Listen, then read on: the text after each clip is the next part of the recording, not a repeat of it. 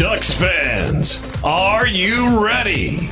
You are listening to the Ducks and Pucks podcast. This is the #1 home for Anaheim Ducks talk and analysis. Here we go. Welcome to the show. This is your host, Mike Walterslaw, my co-host, Eddie Richard, and we are back. I know it has been a while. Been a crazy month of September for us both. A lot of stuff going on, but we are now ready to roll. The Ducks coming up here, playing this week, starting the season. The roster is finalized. We're going to go over that. Talk about a lot of stuff going on with the team. A lot of injuries. They haven't decided who the captain's going to be. We're going to cover all that. Some organizational news as well. Some things that the Ducks have done at Honda Center and with their media and stuff. Some good stuff that's come this way. So plenty to cover in this show. It's going to be a big show, and we're going to try to get back to our regular schedule of doing once a week early in the beginning of the week with our shows and other announcements too. Later on, I'll talk about for just us in general, some more good stuff. So with that, before we get started, Eddie, how you been? You know, it's been a while. We've had a lot of craziness going on, and now we're getting back on track. This is basically the first podcast of the season for the Ducks. How you feeling, man? Feeling okay. Just been doing nothing, work, and that's pretty much it. I don't know if I mentioned last time, but I'm done with my cybersecurity training. I have my cert, so I've just been slowly building my resume back up and on the job hunt for cybersecurity to move forward there. But yeah, just taking it easy, going hanging out with friends and family, and just trying to keep myself busy. Well, that's good. I'm glad. Getting that certificate, I know it wasn't easy, and you were constantly doing a lot of stuff. So kudos to you, because it takes a lot of work to go and get that, and hopefully you do land something soon.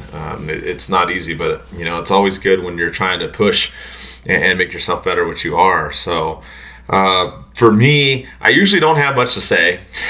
The last couple shows, you'd ask me, and I was pretty boring with not really a whole lot going on. But I decided to go to Florida this last month, and I was stuck in Hurricane Ian. And I know some of you are probably going, why did you decide to go to Florida, Mike? Well, Eddie knows this, and a lot of my close friends know this, but my better half, her birthday is the end of the month.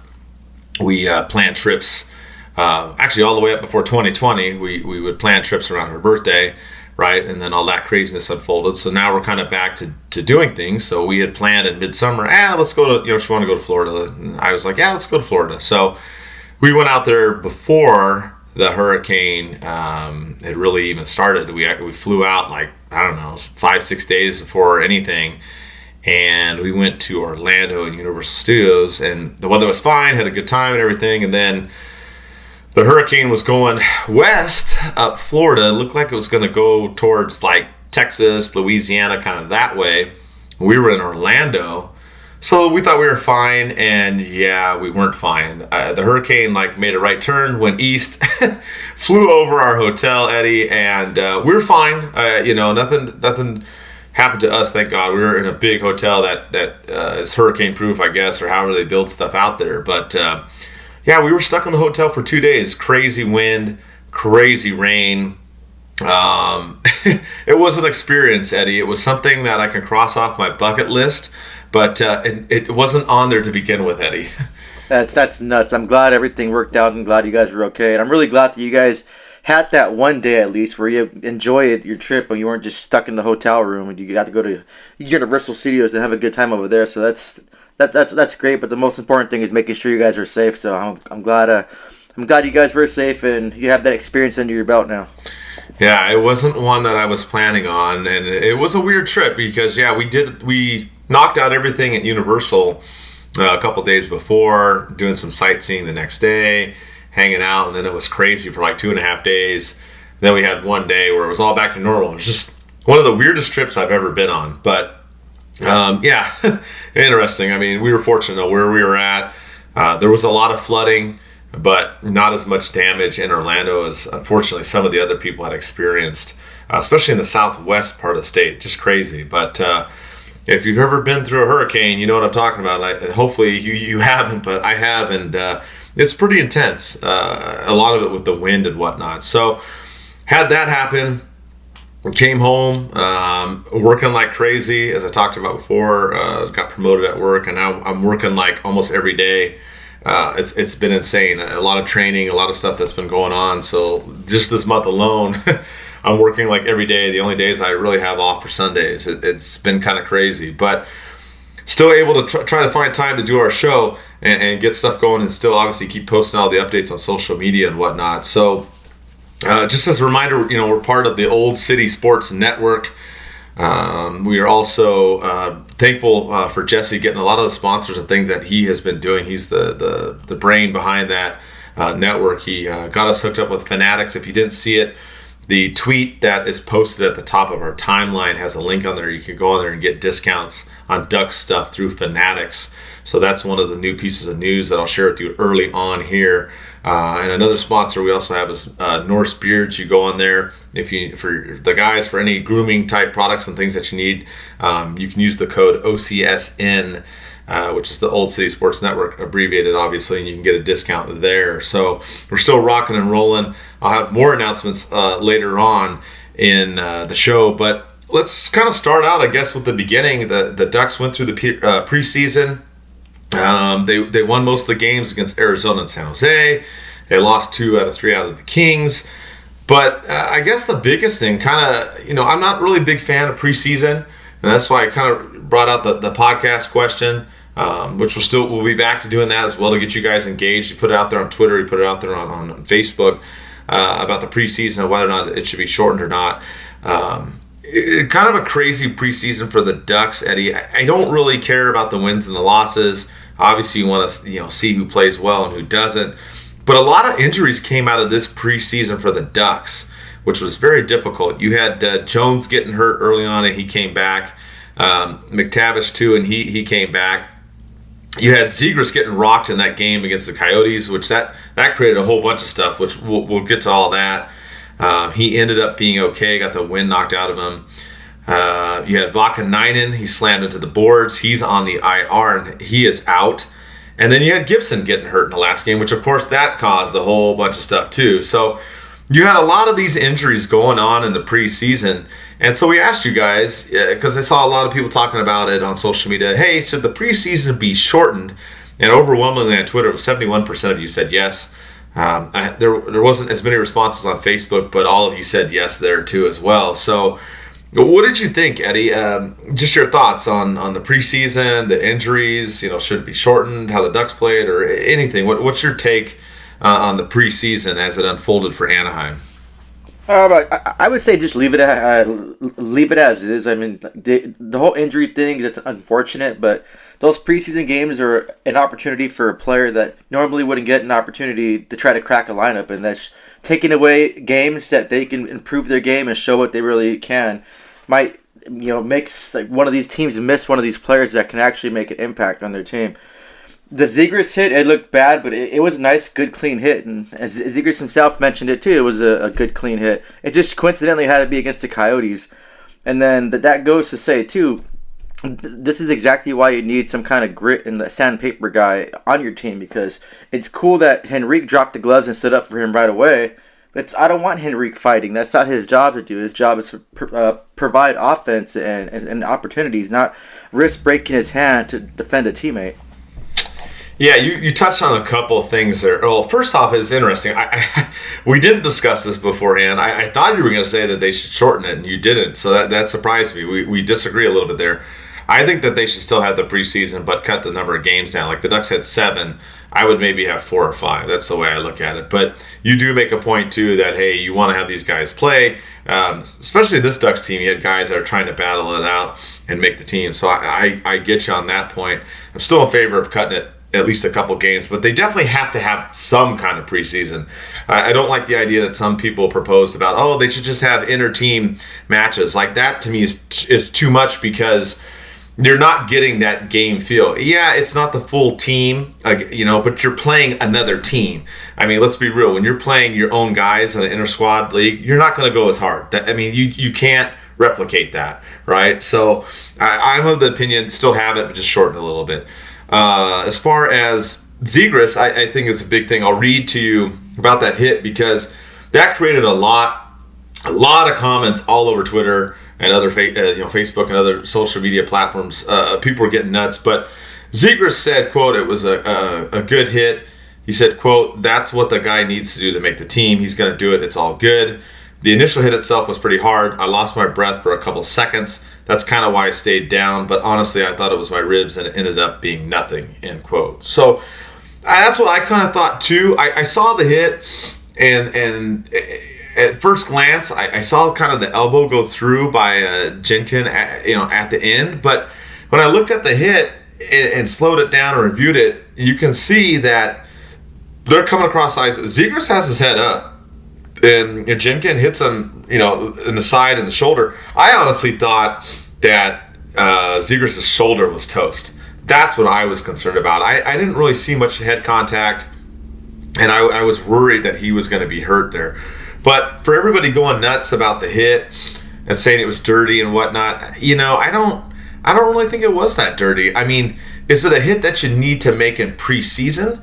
And maybe not. That's a different discussion. I don't think that it's necessarily the same thing. Some people are like, oh, he hit him hard, dirty hit, yada, yada, yada. If he would have jumped in the air, right, done some charging type thing, or flying elbow to the face or something, you know what I mean? Then, yeah, I get it. But I thought it was a really good hard hit. And that's a lesson for Zegras. He's going through the neutral zone. He's got to pay attention. Now, if you want to argue, okay, it's preseason, we don't need to make as hard a hit or not, then there's arguments both ways. I could see that. I could say, okay, this guy's trying to make the team, he's trying to make a statement. Then other people are saying, well, wait a second, it's just preseason, maybe not go as hard. So I don't know. I kind of separate it that way. Eddie, what do you think? Do you see a difference with that, or do you think that's all the same? How do you interpret that? I mean, I like it. It's like no matter what, if it's preseason or not, you're still playing hockey, and these players are trying to make a name for themselves and trying to show everything they got. Like sometimes skill isn't going to be enough. They have to show that they could be a team player. They can stick up for their teammates and bring some kind of thing to the game. Unfortunately for him, he didn't make the Arizona's opening night roster, but a hit like that, it's going to stay in the coach's mindset. So, hey, maybe if he's doing well in the AHL, he gets a call-up, he gets an opportunity. I say leave it as it is. You're playing hockey, you play it hard into the whistle, make those kind of hits, drop the gloves, and just play the game how it's supposed to be played. Don't water it down or take it hitting out of the preseason. Just leave it as is. And unfortunately, this game is a fast, physical game, so injuries are going to occur. It's you can't avoid that. All right, no, I'm with you. And it brings up another point about this that's kind of interesting is this caused the whole big thing, too, about needing a tough guy on the team.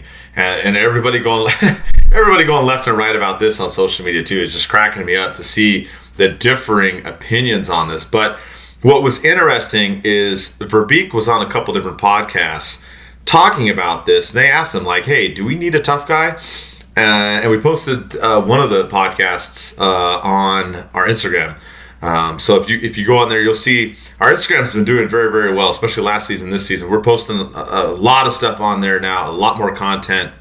The majority of it is on there now. Not so much on Facebook and Twitter. We're still there, but really on Instagram. We love you guys. We get a lot of questions from you guys. You guys are blowing us up on Instagram. So I totally appreciate the support. But if you didn't hear the interview, we had it on there.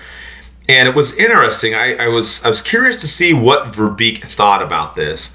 And if you go back on there, you can see what he said. And he talked about, like what if the Ducks got like a D'Lo back or some kind of guy like that on the team to go out there. And he was kind of shying away from that. He was more of like, well, it should be done by the team. It should be done by a committee. And it was going along those lines. And everybody should stick up for each other and whatnot. And I just thought that was an interesting take because I don't really agree with that 100%. I think there are certain players, yes, everybody on the ice should stick up for each other. We all agree on that. That's like a no-brainer. But when you have a guy like Terry getting his face bashed in against Arizona last year, and now you have Henrique defending Zegras in this game, it doesn't... Why? Those aren't the guys that you need to be doing that. I just don't see that. I mean, I don't think we're back in the days where we have, like the knuckle dragging, tough guys that go around just fight all the time, like Peros, right? He doesn't score much, just goes out there to kick people's, what. I don't think we see that as much, obviously, but you still got to have tough guys on the team. And yes, they got to play defense. Yes, they got to contribute offensively. They got to grind. They got to pass. They got whatever. Even if they're a bottom 6 guy, that's kind of my take. I just thought it was interesting. He I don't know. His answer just seemed kind of wishy-washy to me, Eddie.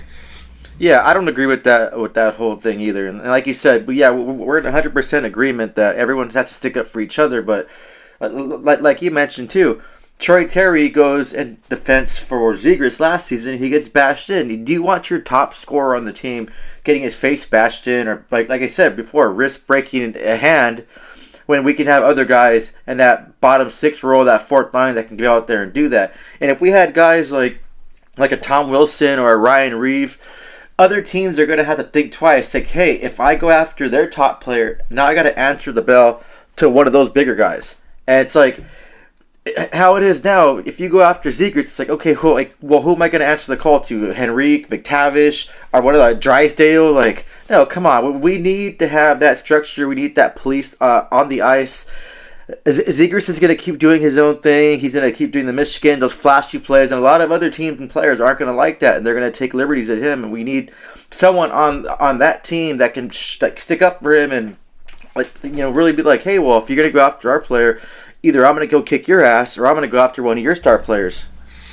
Yeah, and the Ducks lost that last season, obviously, with D'Lo getting dealt at the trade deadline, Manson getting dealt at the trade deadline.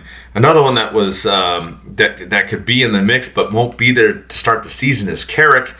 I talked to him on the golf course a little bit before the season. He revealed to me that he had hip surgery and he wasn't even going to start skating until this month. And Carrick's a guy that, not the biggest dude, but he was contributing offensively last year. He's playing a great bottom 6 role, solid two-way forward. That's the kind of guy you need. Someone like that, a guy that's well-rounded. That's for me. I'm more of, as far as the new tough guy, I guess, if that's even a thing. But that's the way I look at it. And I look at this lineup now. The Ducks did announce their opening roster, and you look at who's on there. There's really nobody on there to do that. I mean, I'll read off the names really quick, but the forwards, you've got McTavish, Zegras, Jones. Maybe Jones is one. You have Lundstrom, Regina, Comtois, Leeson, Terry, Grant, Henrique, Silverberg, Strom, Vetrano.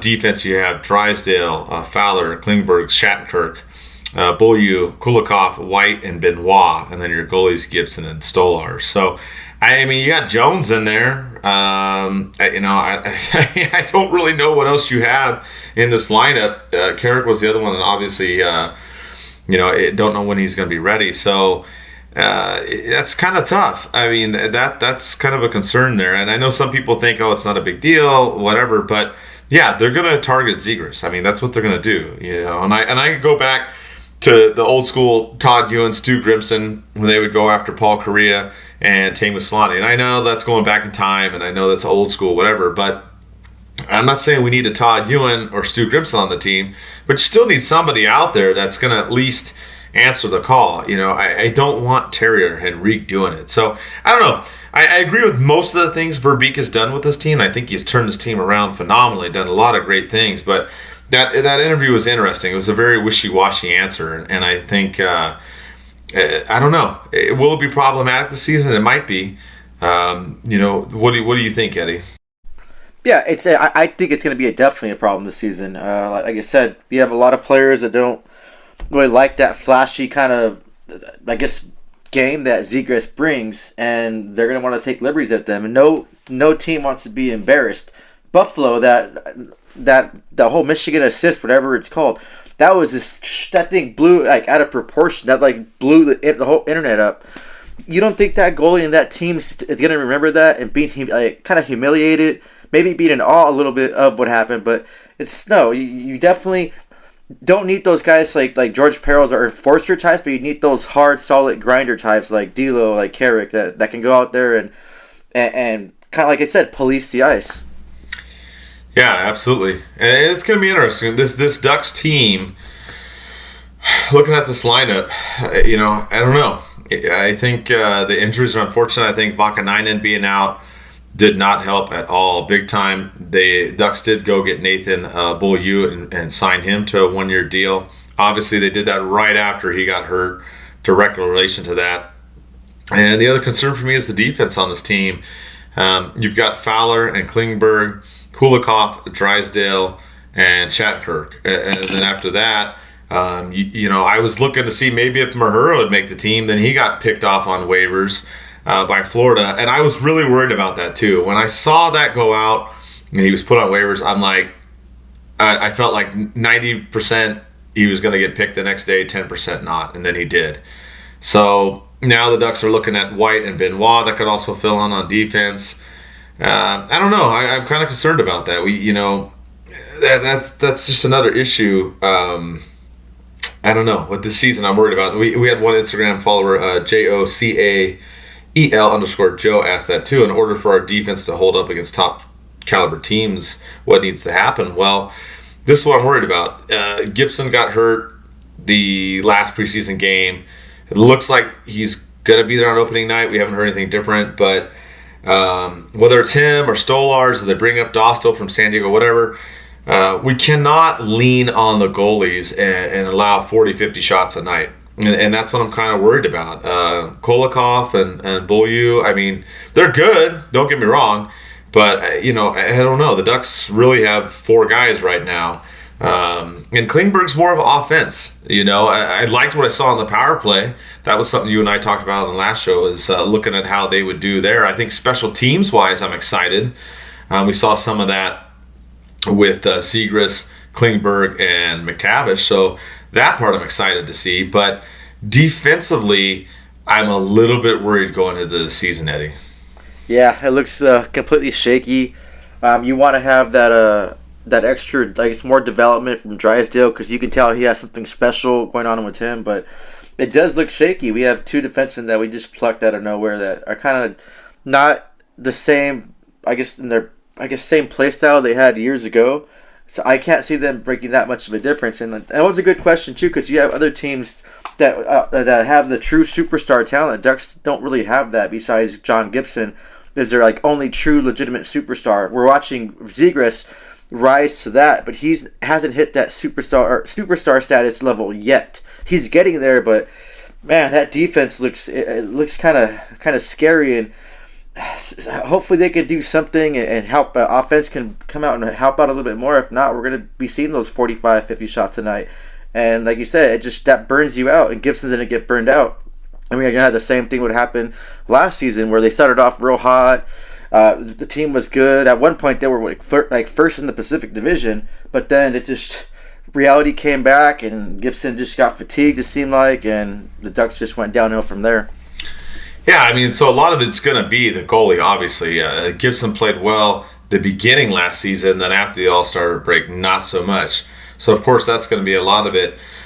But getting Vakanainen back is going to be huge. The other part of this is that the Ducks have got to, obviously have better puck possession numbers, be in the offensive side, right? Sometimes they talk about a good defense is, having a good offense, right? A little bit maybe counterintuitive. But if the Ducks can provide more offensively, grind it out, keep the puck down there as well, not put the pressure on the defense as much, then that will help. And I do think there is an ability to do that. I think the question mark is, what is this Ducks team going to look like? Going by the forwards in the last preseason game against the Kings, they had McTavish, Strome, and Terry together, Henrique, Zegras, and Vetrano, Comtois, Lundstrom, Silverberg, and then Jones, Grant, and Regina on the 4th line. So that's how they went. I'm really curious to see what's going to happen, because a lot of you are asking questions about, Zegras and who he's going to be with. We had Quack Attack on Instagram ask, will we see Zegras with McTavish this season?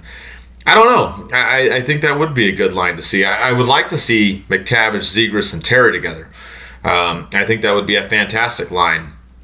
And I actually asked this to Dan Wood and Steve Carroll, and it was funny. Steve Carroll agreed. He felt that Zegras and Terry should be together, and then McTavish, he thought that would be good. And then Dan Wood thought opposite. He thought Zegras and Henrique should be together, and then, throw in a third guy like Fachano. So kind of differing opinions there. What do you think? Are you Team Carroll or are you Team Wood on that one, Eddie? I'm Team Carroll on that one. Yeah, that McTavish, Terry, and Zegras seems like it can do some serious damage. Like that would be a fun, and I'm pretty sure we'll see it throughout the lineup. These lines aren't going to be like set in stone where it's like, okay, now they're going to just pick these players who they're playing with and that's it. No, it's going to change. So that's going to be a fun one. But I do like the McTavish, Terry, and Zegras line. It's just, man, that's going to be fun to watch. Yeah, I think that line could, do some serious damage this season. So I do like the Ducks top six, no matter how it shakes out. And if McTavish is on there, I'll be ecstatic. I talked to him about that too. I saw him on the golf course and I said, man, you have a chance to be top six. I hope you get that chance. And he joked, he was like, you should be behind the bench, given those words. And I just laughed. I'm like, McTavish, you did not want me behind the bench, man. I will screw shit up. I might put you in a top six role, but I will screw everything else up. But he was laughing. He was like, yeah, we need you back there making some of the shots. So I was laughing, joking around with him. But all kidding aside, I think he does have a really good chance at being a top six role. Absolutely. The way that this lineup's going in, I think the Ducks could do some damage there. I'm a little concerned about this third line.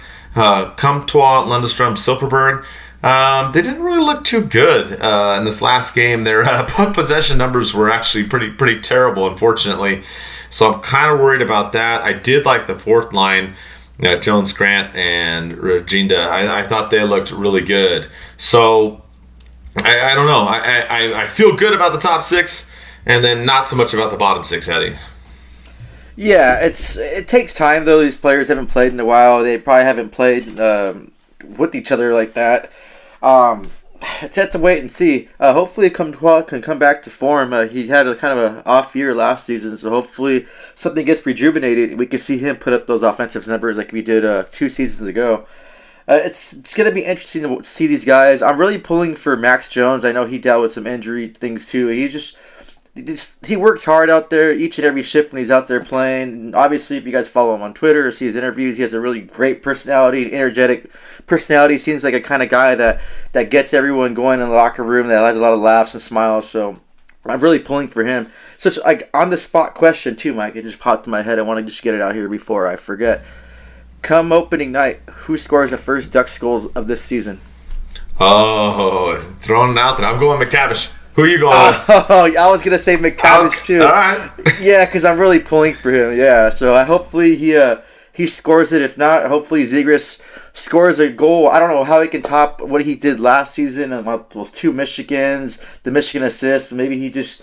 I think on one podcast he was joking about turning his stick the opposite side and scoring from the top of the shaft. So hopefully he tries that and it works. But I'm looking forward to seeing what this team does. And I don't necessarily think this team's a playoff team yet, but I think what you see they're getting there. The forming, watching these players develop in front of us. It's been fun to watch. Last season, despite them not making playoffs, it was still a great season. It's really fun to watch, and just watched everyone get Anaheim back on the map. And then off season too, McTavish did the same exact thing at the World Juniors when he made that last second save on the puck. Yeah, I talked to him about that too. I was like, man, that was a great play, and he I like McTavish. He's very humble. He didn't, He seems real mature for his age too. I heard him on another podcast, the Spit and Chicklets one. Just hearing him talk and the way he answers questions, he seems like way beyond his years. Yeah, I get the same feeling, honestly, from seeing him in person and talking to him as well. That's the same kind of vibe that I got from him as well. So I look to him to be a huge part of this Ducks team this season and going forward. I'm excited to see what he can do on this team. I got nothing negative to say about the guy. I mean, he just was super nice, and like you said, I think he's very mature for his age, and I think that if he gets paired in with the right people, then it can be a really good season for him, and I'm really curious to see how Terry does. I think I talked to him. I joked about getting 40 goals this season. He kind of laughed it off. I think it's going to be tough for Terry as far as from a fan's perspective with him, getting so many goals last season. If he doesn't get that much, I think some people may be disappointed, but I wouldn't. He had Getzlaf next to him. That's another big question. He doesn't have him now. Now he's going to have different line mates. So I'm really curious to see how Terry's going to perform this season, Eddie. Yeah, I'm kind of nervous about that too because I do want him. I like the kid. He's been one of my favorite players since he came on the Ducks. Colorado boy, so I have a special place for Colorado people in my heart. But yeah, I hope he could just replicate what he did last season, and it just doesn't affect him by not playing with Getzlaf. We have another good passer in our team, Zegras, so maybe that can help him get to that 40 goals this season. Yeah, exactly. I mean, that's why I kind of wanted to see McTavish, Zegras, and Terry together. So I'm curious to see if it's going to be like what they did in that last game against the Kings, or if they'll shake it up. So that's something to keep your eye on.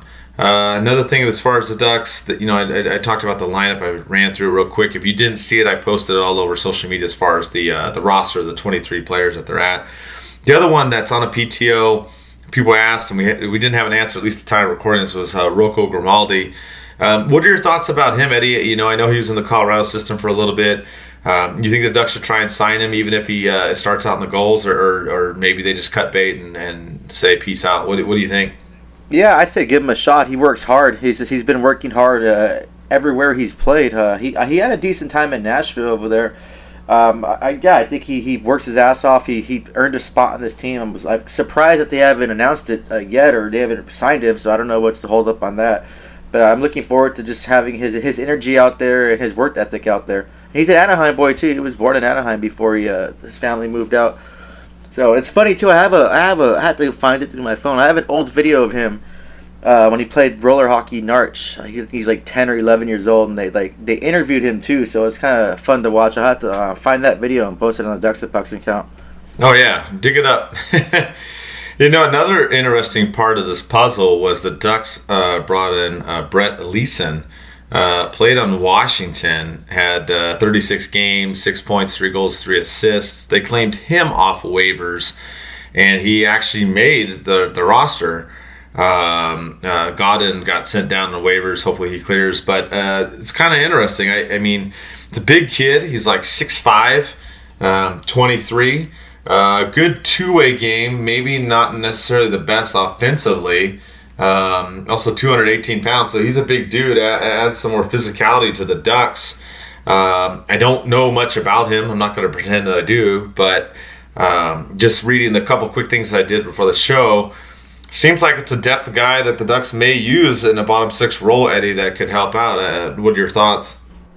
Yeah, big guy, a big physical guy like that. Well, I don't know if he's that physical. Like I said, I don't know a lot about him either. We just got that news today. But, I mean, being that big, obviously, you have to know how to throw your weight around. Maybe that's someone that we need on that fourth line that can bring that physical edge and that kind of can scare off and police other teams from taking liberties to our players.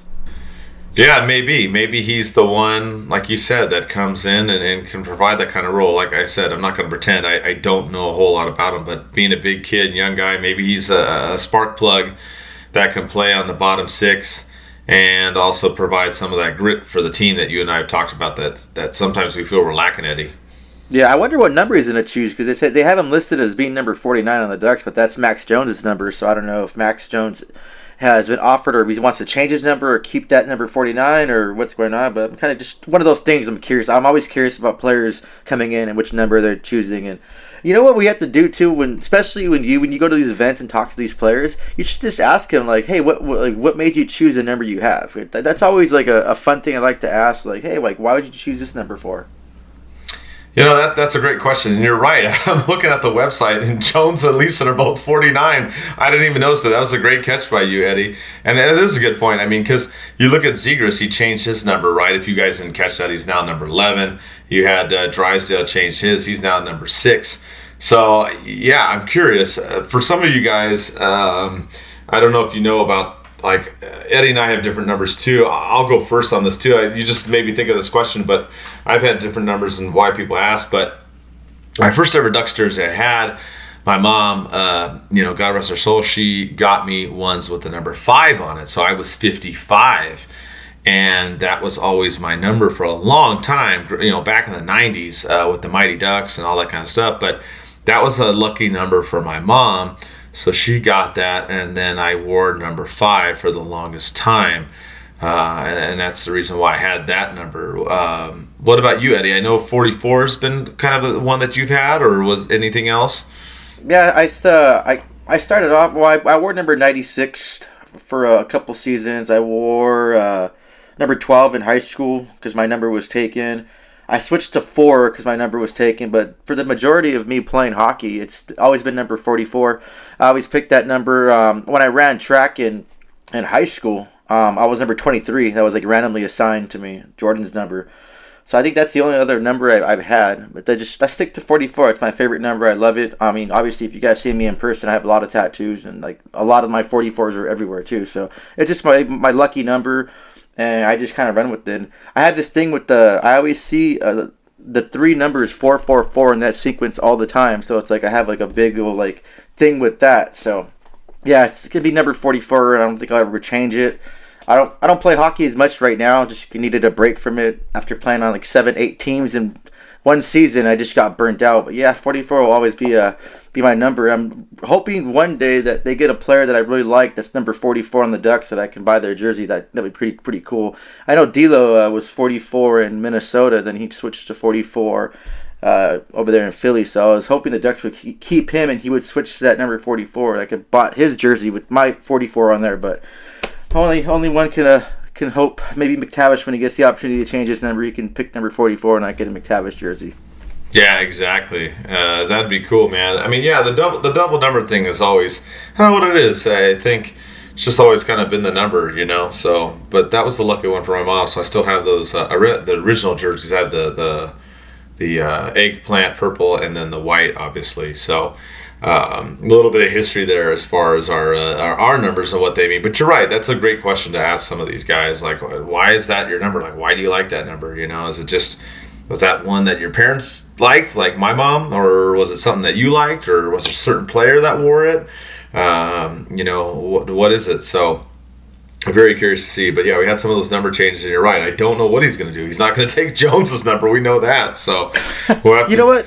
Like I said this numerous times on various other shows, but that's one thing I wish the Ducks would change. Just let these players pick their own numbers coming in. I know it's important to a lot of people to have your number, and I get it, earning your spot, that's a tradition to earn your number, but that's one thing that I would like that old school mentality to kind of get rid of. I just wish these players were able to choose their own number and let them play with that. Yeah, exactly. I mean, why not? I mean, unless obviously a senior person's taking it. So yeah, I'm with you. On and that. The game's changing too. So why not make a little minor change and just allow them just to pick whatever number? I'm sure the fans would appreciate it too. I know fans sometimes get upset that they had Zegras' 46 jersey, now they switched to 11. I mean, I still wouldn't mind that, having his rookie number and what he's done with that number. I think that's just history. That's cool too. But yeah, I really wish they would just allow them to pick their own number and go from there. Yeah, that's like people that have Solani's 13. Some people forget that he didn't always wear 8. He wore 13 too as well for a short time. So I still think it's cool. I didn't buy a Zegras jersey either way. I don't have one, but yeah, if you had the 46 originally, I would keep it because it's going to be rare. He's going to have 11 now, right? And he's probably going to wear that, forever. But how many people are going to have a 46 from back in the day when he first started? So it's just something to think about. I mean, if you're into that kind of stuff. I'm into a lot of hockey jerseys. A lot of people know that. I have a whole bunch of Ducks jerseys and whatnot, a collection of pretty much all of them. I probably spent too much money on them. But, yeah, the numbers thing is kind of cool. So, and what it means to people. So it would be interesting to kind of, poke their brains and ask some of those people, some of those players about that. So, yeah, we've went on a tangent on this. I love it. So with the, let's see what else we got on here. We've had someone else asked too about McTavish. We had BEET Cooperative on Instagram asked about if McTavish was on the third line. What would that line look like if Silverberg wasn't on there? And that's a question too. I mean, I think McTavish at this time, I think he will be on the top 6, but And maybe they do mix stuff up. I wasn't really that impressed with Comtois, Lundstrom, and Silverberg on that third line. Maybe they do shake it up and they throw him on there instead. But I don't think that they. I don't know. I just don't think that they should do that. I like McTavish being in the top 6 role. Maybe the Leeson kid gets thrown in there on the third line and they change that up. That is the one line that I am concerned about. I feel like the top 6, whatever combination they do, will work out. Seems like the fourth line's doing okay, but you could throw McTavish on that third line, but then who are you going to throw back in the top 6? I just don't see that happening, Eddie. Yeah, I definitely want McTavish to have the opportunity to play those big minutes and see what he can bring. Like I said too before, these lines are going to change. You'll see, I'm sure you'll see Silverberg pump up to the top 6, and just everything gets switched around. Ducks are losing, and they need some kind of spark or anything. Or if you have, one of these guys having a explosive night, yeah, they're going to get those extra minutes and probably going to transition and switch to a top 6 role for the game. But yeah, I agree with you too. I think McTavish is a top 6 potential, and just keep him in that top 6 and see what he can do. I mean, he didn't play bad last season too when he had that little that 9-game, 10-game thing he did. I think he had like 3 points scoring on his first shift too against San Jose. So I was looking forward to that extra year of development and all the hockey he's been playing, and I'm pretty sure he's gonna come out there with a burst of energy and provide a lot of offense for the Ducks. Yeah, absolutely. It's gonna be a fun season to watch no matter what, regardless the outcome. I'm really curious with these guys and how they develop and the way the line works out. I mean, this team's really got a complete makeover when you think about it. You don't have Lindholm, you don't have Manson, you don't have D'Lo, you don't have Raquel. These guys are all gone. They're all on other teams. You brought in these new players on the offense and the defense. I'm really curious to see how it's going to all shake out. And we'll get to another section here real quick. I'll mention one sponsor. We also have Dr. Zelenko, his Z-Stack vitamins. If you go to zstacklife.com, put in my name, Mike, you get a discount. It's a great multivitamin. I've been taking it for, I want to say, about a year. It's something brand new that's come out, but it's a very good product if you're looking for a multivitamin to take. So Z-Stack for life. Enter the code Mike for a discount. With that, we're talking about this team, Eddie, and we talk about the lineup and all this stuff. Well, the other part of this equation is who's running the show. And right now, nobody's running the show. They've come out and said, Verbeek talked about that there's not going to be a captain to start the season. There's going to be 3 alternates to start. And it does sound like that could change throughout the season. That's not like the end-all, be-all. They're not going to wait till the end of the season to pick the captain.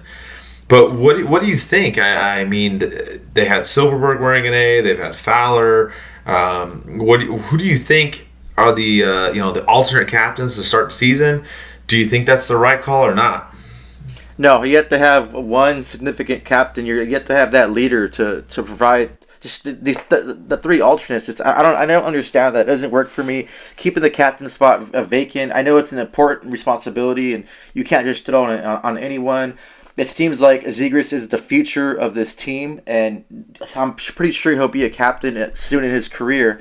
But giving it that kind of responsibility for someone that young and putting that much pressure on them, I don't always agree with that, because I think a lot of these young guys need time to develop, and they don't need that extra responsibility. Some can jump in that role.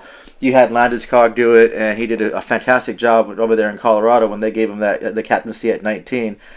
But this team has to have someone to lead them, a leader, and them going with 3 A's and just leaving it vacant, it just doesn't sit well with me. And not just for the Ducks either, like the other teams that don't have the captains too. I know the Jets are another team. I think the Coyotes don't have a captain anymore. It's like you have to have someone just to lead, and not just 3 alternates. And I know it's a team mentality, and everyone's gonna help each other. But I just always think it's important to have that one leader that's gonna just kind of rise up and, like I said, lead.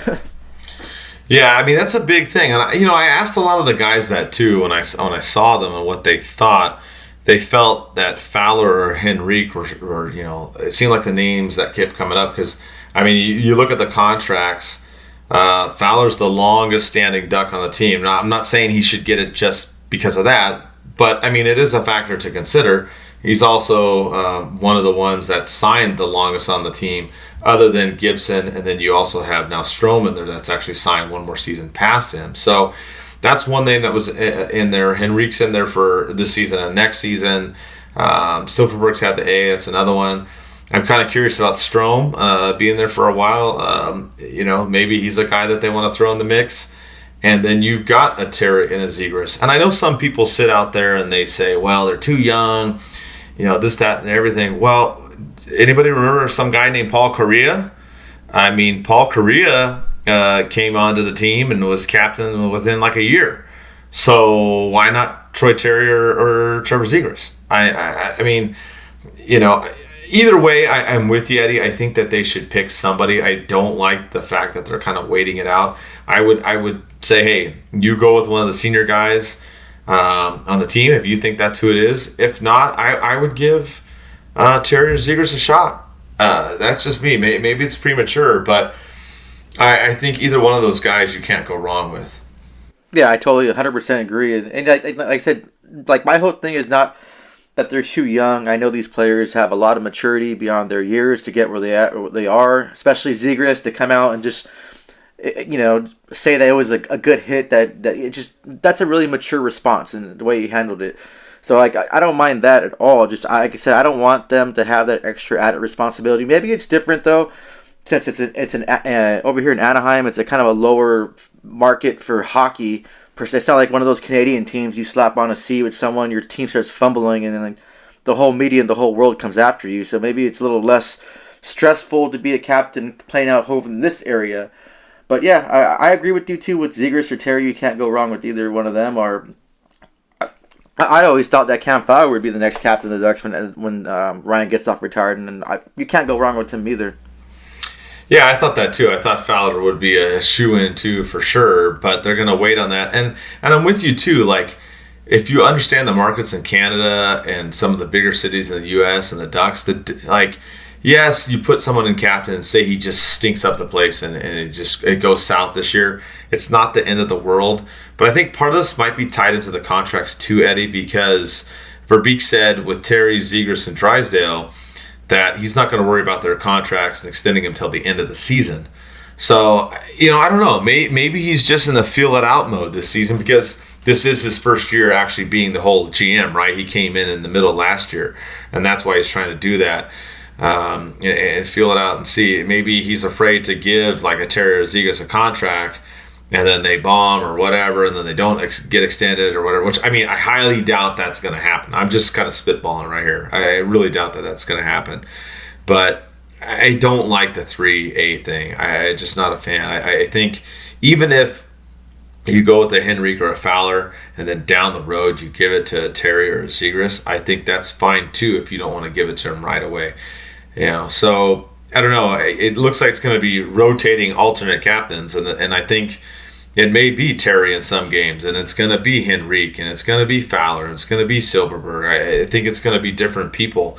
I don't know if it's always going to be the same set of three, but that's just my take. I think you got to have someone to guide this team, and that's one thing that kind of worries me is you don't have that person to do that. And nothing on Getzlaf. He retired. He did what he wanted to do. So it's big, big shoes to fill, or skates in this case, right? So it's going to be interesting to see how this team finds its identity and who becomes the captain, whether it's in the middle of the season or the end of the season, Eddie.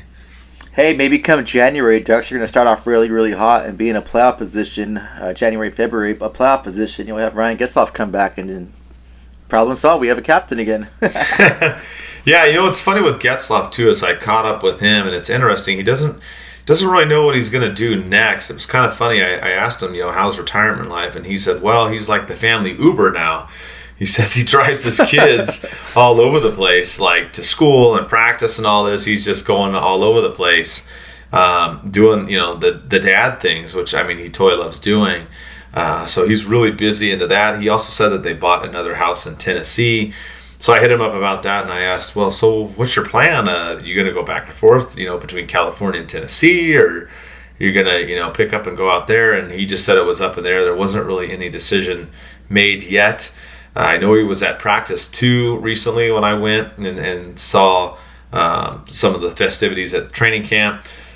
So if there's a spot for him within the organization, maybe not, I don't know, but he didn't really bring that up. He was kind of tight-lipped about that. So, but I'm happy for him. He's doing a lot of stuff, spending a lot of time with the family, keeping his options open, and good for him and for everything he's done for this team. But I never even thought about that, Eddie. You cracked me up. If he was to come back and finish the season or something as captain and catapult the Ducks to the playoffs, that would be one of the craziest storylines of this season, Eddie. That'd be fun, but you know what? He's worked his ass off all those years. I think he deserves the retirement. I'm sure he missed out on a lot of those things, taking his kids to practice and being there, but by being so busy all the time. So I'm glad for him, and I hope he figures out what he wants to do. Hopefully, it's something to do with the Ducks in the near future. But I'm glad he's enjoying that, being the Uber for his family and being there and doing the dad thing. That's good for him. Yeah, exactly. I mean, he's definitely busy. I'll tell you that. He is running around. So, but yeah, good for him and the stuff that he's doing with his family. Another sponsor we have is buckedup.com. Eddie uses this a lot for energy workouts and whatnot. It's a powder supplement. You can check it out on buckedup.com, and if you put in the code DucksNPucks93, you will get a discount there as well. So with that, we're kind of moving towards the end of the show. A couple other things that have come up. The Ducks retro jersey. I know there's a lot of questions about this. We had the Mighty jerseys. He asks us, there's conflicting reports about the Ducks retro reverse jersey. Do you prefer an orange alternate or original striping? Well, I'll tell you what I heard, and I know I talked to some of us on our team before the show, but I guess there's been a lot of indecisiveness on what this jersey is going to be. So it sounds like they were looking at maybe doing something going back to the 2006 jersey with the Anaheim Ducks on it, kind of like that home away one, doing some kind of retro thing with that was kind of my understanding. Then they talked about going away from that. They went back to that. And the latest I heard is that it's some kind of modification of the third orange jersey, the Mighty Duck one. Again, that could change too. I don't know. That's just the latest that I heard. I've seen some people saying it might be that, but predominantly white with the Mighty Ducks logo. It's tough to say. I feel like it might be like the other reverse retro jersey, right? We had the Wild Wing one. It was mainly teal. Then they came out. It was mainly white. Did the same thing. I almost feel like they're going to do the third, orange with the Mighty Duck logo and do it primarily white. The other big reason is because they had the 25th anniversary jersey, and that was pretty much black. And you already have orange. So what else is there left to do, right? I mean, I don't know. I mean, that's just me leaning that way. But what do you think, Eddie? You think that maybe they should try and do a major orange one again, or try to go back to the original, maybe the green and teal back in the day? I mean, what do you think? I don't know, but just put it out there. Seeing the season starts on Wednesday for the Ducks, and they still don't have that their new reverse retro. And I'm surprised too, because I heard last season that each team was going to have a new reverse retro, and there's no really announcement for that. You made a comment right now saying have the orange but have a white version of that jersey. I'd be cool and happy with something like that. I do love the 25th anniversary jersey. I think it's probably one of my top favorites. That jersey looks so clean and beautiful. I wish we could see it a little bit more in the near future. Like I said before, I wish they would just do a little more things with the jerseys. I know basketball goes overboard. It's like every game they have a different jersey. But like I said before, have a home, have an away, have an alternate, have a retro, then now a reverse retro kind of thing. I think that'd be cool. I know fans would definitely want the old original, either the eggplant or the white version of those jerseys back. And that's all you need to do. Just slap the Adidas little sticker on there, and everyone will be happy. Yeah, I go back to the original colors, to be honest. I mean, if you're going to do the Mighty Duck logo, I mean, if you flip it around, make it mainly white with orange, that's okay. I'd rather just go back old school. Just go back to that, do some kind of modification of that, and I'd be happy. You already did the Wild Wing one. Go for it, bust it out. Another one that I remember you guys talked about too is the Coho jersey with the black and the purple and Anaheim Ducks on that one, even some kind of version of that one, because I like that jersey. That one's like super unique compared to most of the jerseys. There's no other real Ducks jersey like that. I think that one's different. So maybe if they did something that was primarily purple, like we've talked about, they haven't really done that since the original one. You did the teal, you did white, you did black, you did orange. Maybe you do that. I don't know. I always like kind of the darker colors or anything other than just white, I guess, Eddie. I don't know. That's just kind of my take. Oh, yeah, same here. Like, darker colors, it makes you look slimmer, and it just looks better, and you don't get dirty. I would wear my white jerseys more, but I just don't trust myself because I get clumsy with food or beer, and I don't want to ruin it. A few of the white jerseys I have, they're signed. I definitely don't want to wear those. It's harder to wash, so I just stick to the black, or I'll wear the orange here and there. Just like whatever I feel like. I do want that 06 Coho one. I do wish I could wear that more. It's just when I got it, I found it at a pawn shop. It's like 3XL. So it's like definitely doesn't fit me. It looks like a blanket. So it's like unfortunately I can't wear that one. I've been trying to find one my size because that's one of my favorite jerseys the Ducks ever put out. But I haven't been lucky enough to find one yet. Yeah, it's a hard jersey to find for sure, and it is. It's one of my favorites too. I love it. So we'll have to wait and see. I don't know what the final answer is going to be. Heard a lot of different things about that. So also just kind of rounding out the show, the Ducks have done a lot of stuff lately. They came out with Ducks Stream. They're having their audio for the games on there. They also have tons of podcasts on there, like 8 or 9 different shows. It's like crazy. They've had a lot of guests on there. They've had Korean Solani on there, Elliot Freeman, a bunch of other people. So I highly recommend it. A lot of guests on there, a lot of good content on there. They really went all out. They brought in some new people, and they're doing a really good job. So a lot of stuff on there. One of the stories I laughed at was I had Akins on there, and he joked about being in the Hall of Fame, Eddie, and I was like, what is he talking about? And then he was talking about how he was on ice when Teemu scored the goal and threw the glove up in the air and shot it, that he was one of the ones that came over and hugged him. And he was like, yeah, I was in that Hall of Fame moment, and I just thought that was one of the funniest things. So there's a lot of good stories on there, Eddie. If you haven't heard about them, I would go on there and check them out.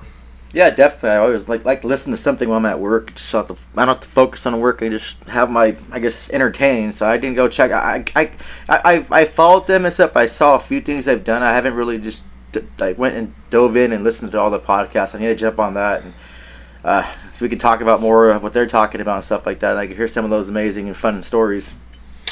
Yeah, absolutely. We, related to Teemu, we had one fan ask us a funny question. Clancy Shriver, he asked us, would you let Teemu steal your steak, Eddie? He can steal whatever the hell he wants. It's Solani. I don't care. He can just go ahead and steal it. But yeah, I just thought that, I was talking about Teemu, so I don't know. It's just a random question. I know you're like, probably, what the hell? But yeah, we had a fan ask that. I'm like, yeah, he could take the steak. I'm good with that. He could do whatever he wants. That's fine. And yeah, keep shooting us random questions like that. They're always fun to answer and little think outside the box. But yeah, I don't care if I was starving. It was my last meal. Go ahead and take it. You deserve it. All the great memories that we have of you and watching you play, helping bring a Stanley Cup to the Ducks. Be my guest. You know what? Take my freaking beer too. You can have it. Let me just take one more sip. You can have it. Oh man. Another thing that the Ducks did, if you saw it in the preseason, they have something called the Impact Club. So they gutted out the whole area by the Ducks bench, and you can actually go down into this area. It's a bar, lounge type feel, very cool from what I saw on TV because I haven't been there. And you can watch the players come out, skate on the ice, give them a fist bump or a high five or whatever. Kind of very similar to, Vegas Knights do it. Some of the other teams do it as well. And the Ducks did that. So I thought that was very cool experience. And then I dove into it to figure out, okay, what's the deal? How does this work? So it's a great experience, but it's kind of going to be very limited because they only open it up to 250 season ticket holders. And it's an annual pass that you buy on top of your tickets. And the prices range, but they're at least $9,000. So, it's kind of unfortunate. I'm glad that they did it. I think it's a great idea. You do get unlimited food and drink, Eddie, with it, so maybe you can drink that much in the 41 home games. I don't know, but it's just kind of unfortunate. I wish that they would have single game type things or something else a little bit more affordable for us peasants that sit in the 400 level. But great idea. I love it. I think it's great for the fans. You can go down and do that. But it's very frustrating that us common folk, I'm probably never going to see that in my lifetime, Eddie. Yeah, probably not either. If I get drunk one day, just run down there, jump on the ice, and just sprint as fast as I can over there. But yeah, it's the prices are like a little ridiculous. It's like that Club 47 thing at Disneyland, I believe it's called. It's like, I think it's like 40 or 50K a year you have to pay for this membership. Or I don't know if I might be wrong on that. I know it's like a hell of a lot of money to actually be in that club and go to that bar and drink inside Disneyland. I never even stepped foot in it. I know it's somewhere by Pirates of the Caribbean or something, but it's just, yeah, they should make that more exclusive for all fans, not just to select few that can afford that. Because dropping $9,000, $10,000 just to be able to go down there and have some food and fist bump a player, that's just like, I hope I win the lottery and I'm that stupid rich where I can just throw $9,000 just to give a fist bump to McTavish or Zegras. Yeah, and that price, in case you're wondering, that's on top of your season ticket holder price. So that's in addition to. Yeah, it's not part of, like, you don't get a discount for being a season ticket holder. So, you know what though? If I did purchase that, if I had the money and I bought that, you best believe I would be drinking $10,000 worth of alcohol when I'm down there. You and I would line up at like noon and be like, when is this lounge? When is this Impact Club opening up? Yeah, exactly. we would be there. They'd have to throw us out. We'd be so freaking hammered. But I mean, it is a cool thing that they did do for the fans to see that and the way that they did it. I just wish that more of us, like I said, the 400 level peasants could enjoy it. But anyways, they did do that as well. Now we have some news, some things that we were doing too. I talked about the Fanatics thing earlier. You can go check that out. Thanks to Jesse. The other thing we did is we partnered up with Noble Ale Works. We will be having watch parties there, a lot of them this season. You remember before we've had them at El Ranchito in the past. We did it at Steelcraft, also in Garden Grove, a couple different places like that. But this is where we're going to be this season, maybe even going forward. I've got some friends that work there, and we've set it up. So we will be there this coming Saturday. What is that? That's going to be the 15th, October 15th. At 4:30, the doors open at 3. You can go there, and if you're wearing Duck stuff, you get 10% off your entire order there. So we'll be posting a lot of stuff on social media and whatnot. That'll be the first watch party we have this season. We're probably going to have a lot. I don't know how many, but we're going to get back on that. I'm very excited. Last year we only had like 1 or 2, so we're really going to pump that out more this year for you guys. And we'll get together and hang out. We may do the road games, maybe some of the home games too. I'm not sure how it's all going to pan out, but I'm very, very excited to do that. My good friend that is over there we're working this out. We kind of talked about it last year and promoted some of the parties, but we're really going full forward this year. So look for those watch parties. Also, I had new Ducks and Pucks shirts redone. If you didn't catch them, they're on there. You can go to tpnhockey.com and find them on there. So that's Tom, Paul, Nancy, hockey.com and get shirts or sweatshirts. It's the newer logo on there. There's hats and t-shirts and other stuff on there as well. So plenty of new things that we're working on. We gave away a lot of preseason tickets this year. We may do some more ticket giveaways for the regular season as well, so stay tuned for that. And Eddie and I will get back in the groove. We're looking to have the show, like I said, at the beginning of the week, each week during the season, kind of get back on a normal path there. Anything you want to add, Eddie, before we close out the first official show of the Ducks 2022-23 season? Oh, I'm going to try to make it Saturday, so I hope I can see a few of you guys there. If you guys ever see us at the games, you're more than welcome to come up and say hi to us. We love meeting new people. I mean, we all cheer for the same team, so you guys are all considered friends and family too. So just don't be shy. Come say hi, and I'll see you guys at the games this upcoming season. Yeah, looking forward to it. We're going to have a lot of fun. It's our 8th year doing this. It's crazy. So a lot of fun. We're excited. Whether the Ducks make the playoffs or not, it's still going to be a fun ride. And looking forward to hanging out with everybody and watching these games. So let's go Ducks.